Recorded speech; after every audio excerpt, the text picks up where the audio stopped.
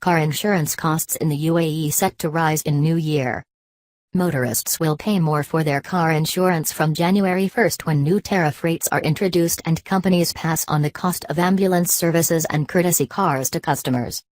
New maximum and minimum premiums will be set for third-party and comprehensive policies, depending on vehicle type. The UAE Insurance Authority has issued a new vehicle insurance tariff system, on which premiums are based. The new regulation, effective from January 1, 2017, supersedes an existing circular that has been in place since 1996.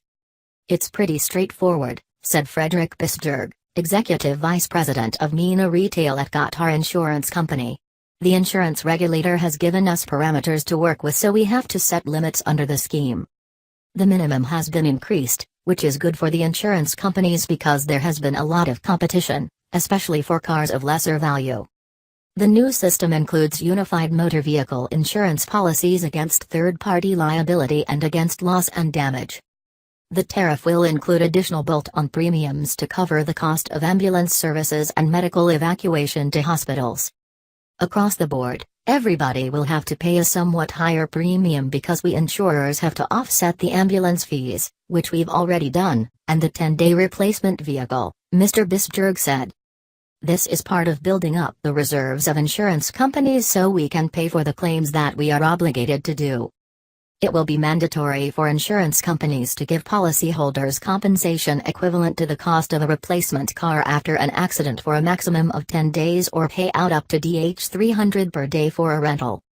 Most chief executives at insurance companies have welcomed stricter regulations on motor insurance, said Pascal Persoon, Chief Executive of eData Management Solutions in Dubai, which developed risk management software for the insurance industry. But they fear premiums will go up. A replacement, or courtesy, car, or cash for a rental, is sometimes provided when a vehicle is being repaired, but until now this has been entirely dependent on the type of policy and the insurer.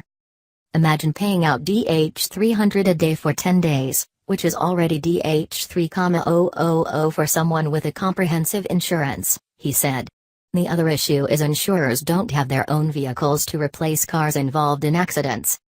The authority retained the maximum premium for policies against comprehensive liability and against loss and damage for saloon cars at 5%. It is unclear whether the maximum rate of 5% will also apply to sports cars.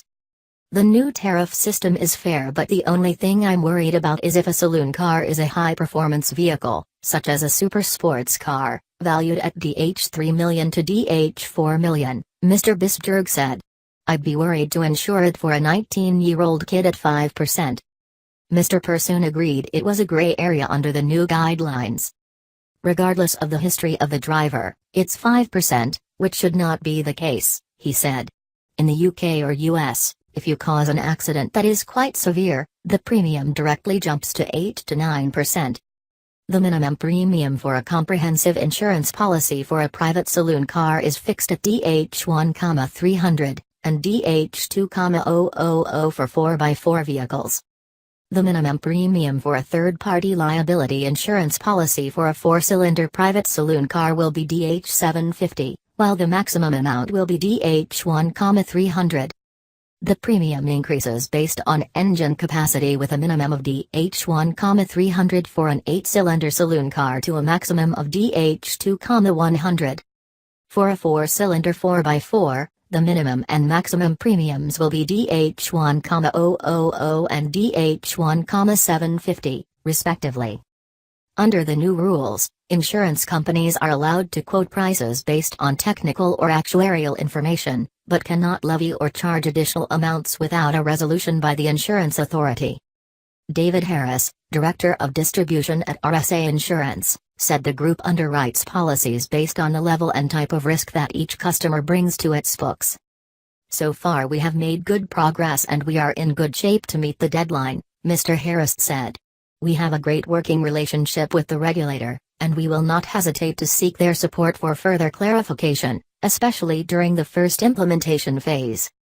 Under the new guidelines, good drivers will continue to obtain discounts on their insurance premiums and drivers with poor records will be made to pay more. Mr. Persoon, however, believes the insurance industry needs some clearer guidelines, including having a shared database on driver records and vehicle history. The next step from the insurance company is to have a shared database that is readily available to insurers, enabling them to identify risks, he said. In doing so, drivers with a history of accidents will pay a higher premium than careful drivers.